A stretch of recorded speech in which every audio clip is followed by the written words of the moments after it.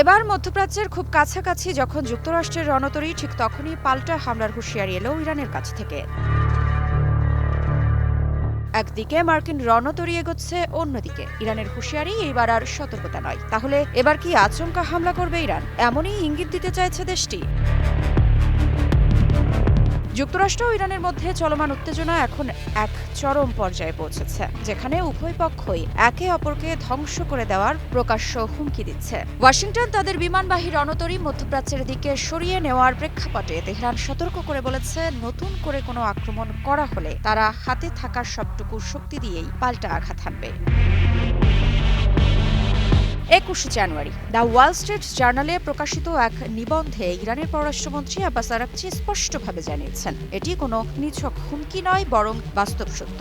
তিনি উল্লেখ করেন, একটি সর্বাত্মক সংঘাত অত্যন্ত ভয়াবহ হবে এবং তা ইসরায়েল বা তাদের মিত্রদের দেওয়া কাল্পনিক সময়সীমার চেয়ে অনেক বেশি দীর্ঘস্থায়ী হবে। আরাগচির মতে, এমন যুদ্ধ কেবল মধ্যপ্রাচ্য নয়, বরং গোটা বিশ্বের সাধারণ মানুষের ওপর মারাত্মক প্রভাব ফেলবে।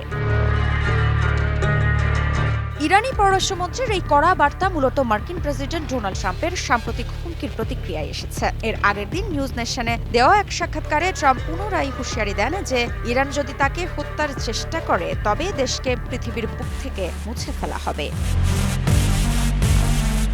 ট্রাম্পের এই অনমনীয় অবস্থানের জবাবে ইরানের শীর্ষ সামরিক কর্মকর্তা আবুল ফাজল শেকারচি জানিয়েছেন, তাদের সর্বোচ্চ ধর্মীয় নেতার ওপর কোনো ধরনের আঘাত আসার সামান্যতম ইঙ্গিত পাওয়া গেলে তারা কেবল আক্রমণকারীর হাত কেটে দেবেন না, বরং পুরো অঞ্চলে মার্কিনদের জন্য কোনো নিরাপদ আশ্রয় অবশিষ্ট রাখবেন না। এই পাল্টাপাল্টি বাকযুদ্ধ মধ্যপ্রাচ্যের দেশগুলো, বিশেষ করে পারস্য উপসাগরীয় দেশগুলোর মধ্যে গভীর উদ্বেগ তৈরি করেছে এবং তারা ট্রাম্পকে হামলা না করার জন্য কূটনৈতিকভাবে চাপ দিচ্ছে।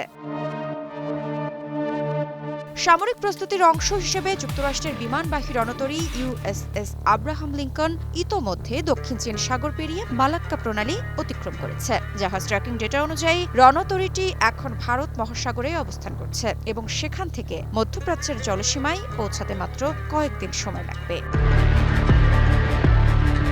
যদিও মার্কিন প্রতিরক্ষা কর্মকর্তারা এই রণতরী মোতায়েনের সুনির্দিষ্ট গন্তব্য নিয়ে মন্তব্য করেননি, তবে ভারত মহাসাগরে এর উপস্থিতি তেহরানের জন্য একটি বড় সংকেত হিসেবে দেখা হচ্ছে। এর আগে গত সপ্তাহে সম্ভাব্য মার্কিন হামলার আশঙ্কায় ইরান তাদের আকাশসীমা বন্ধ করে দিয়েছিল, যা যুদ্ধের প্রস্তুতি হিসেবেই ধরা হচ্ছে।